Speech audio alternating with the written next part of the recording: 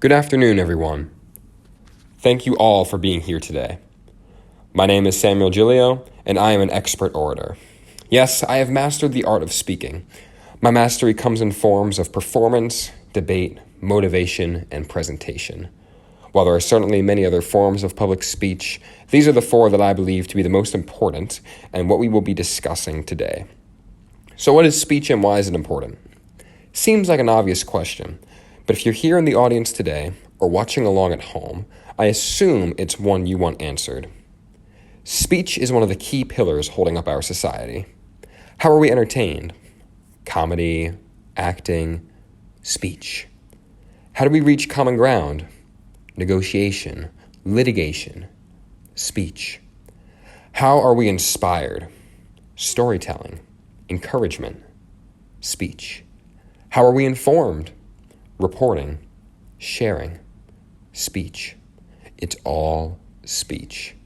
Speech is not only important, but crucial to success in everyday life. And so let's begin with the method that I'm most versed in, performative arts. Firstly, what are performative arts? The idea of performative arts comes in many facets and forms. The most obvious include on-stage performances, but if you think about it a little bit deeper, every day that you wake up, you're going out into the world and putting on a performance. My performance looks a little different than yours, and yours looks a little different than the person sitting next to you. Every day, you wake up and choose to perform a version of yourself.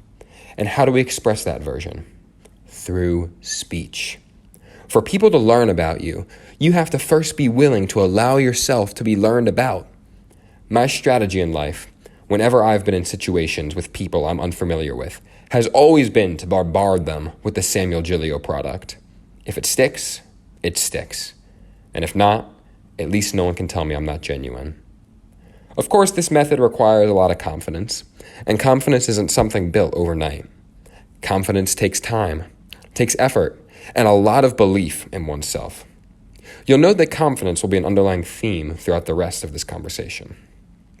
How do we gain this confidence? Well, the Stanford National Forensic Institute and I are actually on the exact same page. In Latin, solvitur vivendo translates to, it is solved by living. What this means is the only way to become more confident is by acting or performing more confidently. Sound familiar? Fake it till you make it, baby. It's an adage as old as time, and rightfully so. How can you expect to become confident without acting that way? Of course, it's easier said than done, and certainly doesn't happen overnight.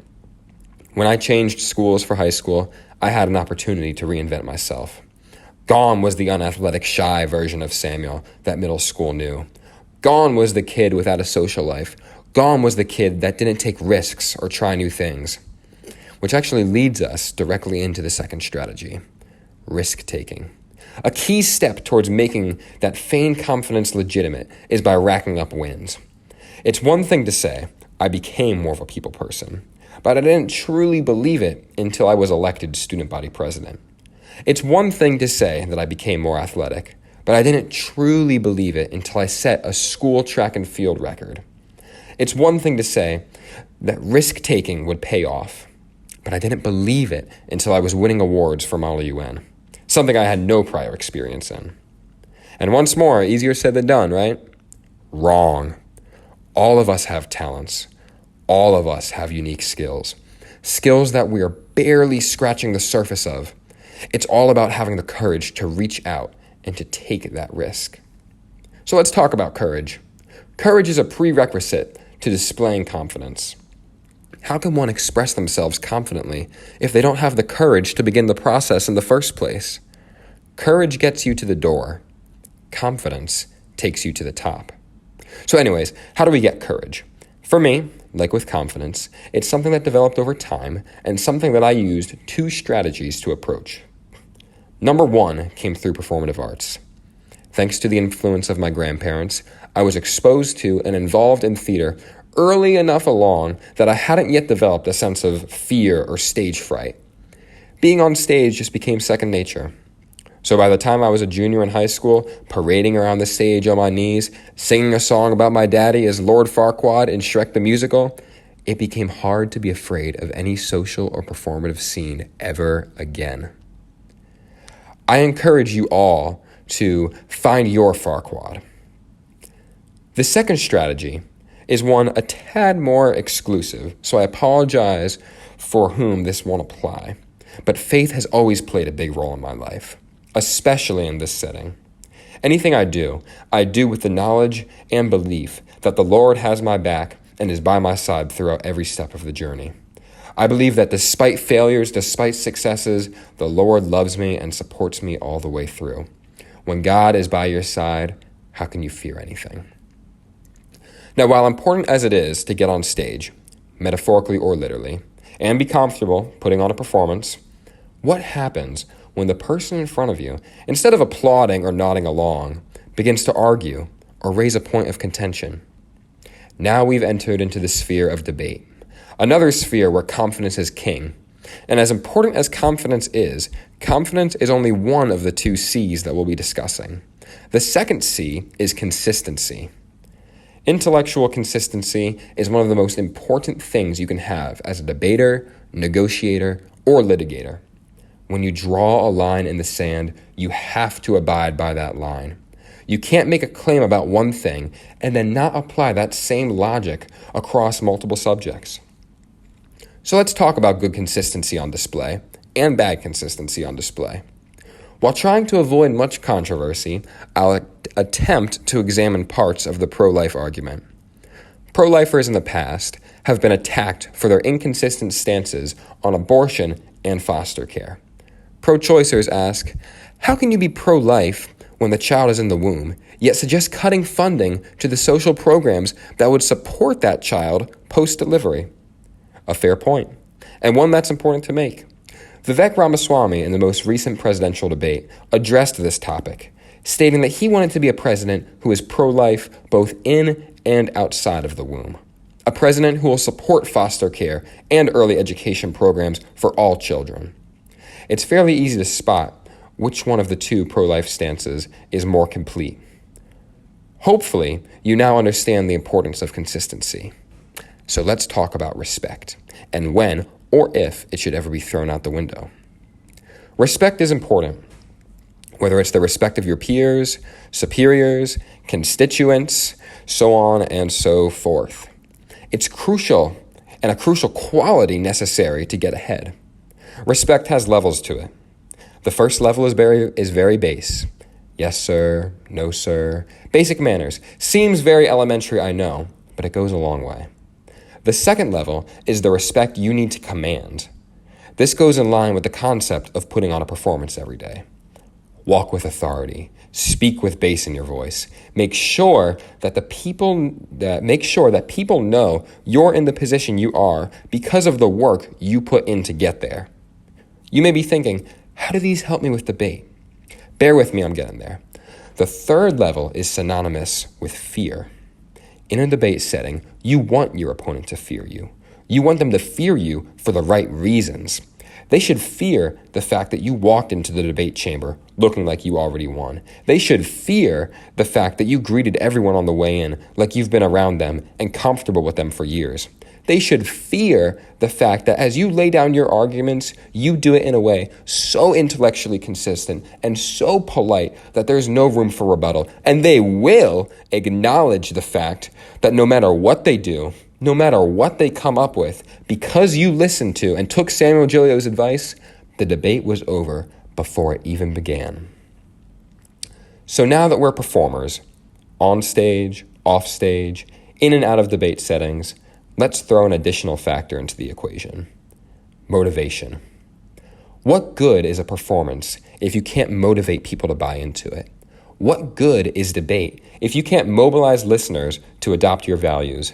Motivation is key, and being a skilled motivator looks very different depending on the setting you're in. During my senior year of high school, I held numerous leadership positions. I was student body president. I was captain of the football, Mala UN, and track team. I was a senior admissions ambassador, and I was also a lead in our school's musical production. Different settings require different motivational strategies. For example, what I would tell people when we were down by a touchdown at halftime was very different than what I told people the day before our annual Model UN conference. Therefore, knowing time, place, and people are incredibly important factors. Additional items worth mentioning are tone and emphasis. Tone is important.